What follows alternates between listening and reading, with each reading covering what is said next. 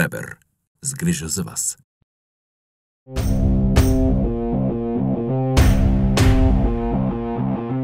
Здравейте! Направихме хидроизолацията в банята, поставихме керамичните плочки, а сега дойде последният етап от процеса – фугирането.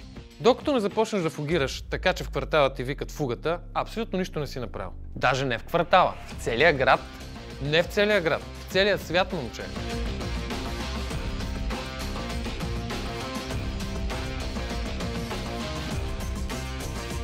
За да преминем към фугирането, трябва да сме убедени, че лепилото е изсъхнало и фугите са изчистени.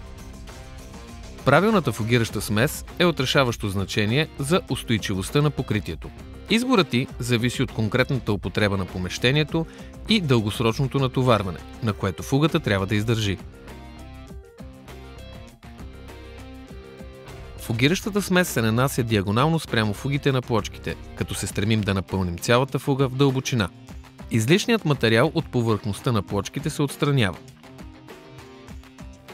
Започваме първо с попиване на пота от фугирането и след това започваме да оформяме фугата. След 20-30 минути повърхността се почиства внимателно с влажна гъба. След пълното изсъхване на фугата отстраняваме остатъка от фугиращата смес върху плочките с сух и мек парцал. Епоксидните фуги са най-доброто решение за фугиране от гледна точка на дълготрайност и издържливост. Епоксидните фугиращи смеси се характеризират с по-устойчиви цветове, по-здрава повърхност и не се напукват. Фугите са химически устойчиви на агресивни химикали и създават непоръста повърхност, която не задържа замърсявания. Главната особеност на тези материали е, че трудно се премахва излишния материал от плочките, като обикновено се изисква професионална компетенция по отношение на полагането.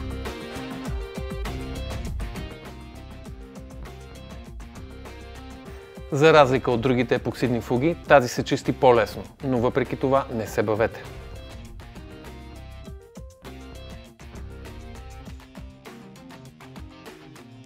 Ъгловите фуги и местата за свързване на комуникациите и санитариите се запечатват с силиконов уплътнител. Силиконовите уплътнители са лесни за употреба и дават добри резултати. Те правят фугите по-здрави и им предоставят по-добра химическа устойчивост. Всъщност трябва да опитате, за да разберете колко е лесно. Браво, Караджов! Вече можеш да ми викаш фугата. Хайде, добре, че е Вебер, моля ти се. И това е така, обаче видя ли как изпънах фугата? Шат! Вебер. С грижа за вас.